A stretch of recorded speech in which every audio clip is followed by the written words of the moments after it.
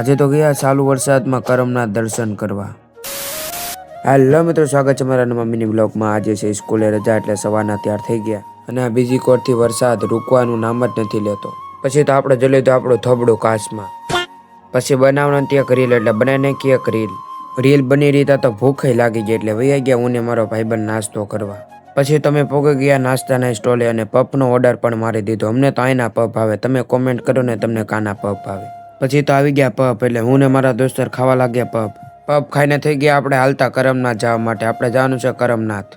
આ મેટ્રો વાળાએ તો બધું ખોદી નાખ્યું। વરસાદ આવવાની ગેરંટી છે એટલે છત્રી હારે રાખવી પડે। પછી અમે પોગી ગયા કરમનાથ મહાદેવના મંદિરે। હાલો હવે જઈએ આપણે દર્શન કરવા। પછી આપણે કરી લીધા કરમનાથ મહાદેવના દર્શન, તમે પણ કરી લો દર્શન। પછી આપણે ગયા પાછળ, પણ પહેલા લઈ લીધી પ્રસાદી। પછી આવી ગયા આપણે મંદિરની પાછળ। આ છે મારો ભાઈબંધ મારી સાથે આવેલો છે। વરસાદી વાતાવરણ હોવાની કારણે ટાપીમાં પાણી પણ બહુ છે।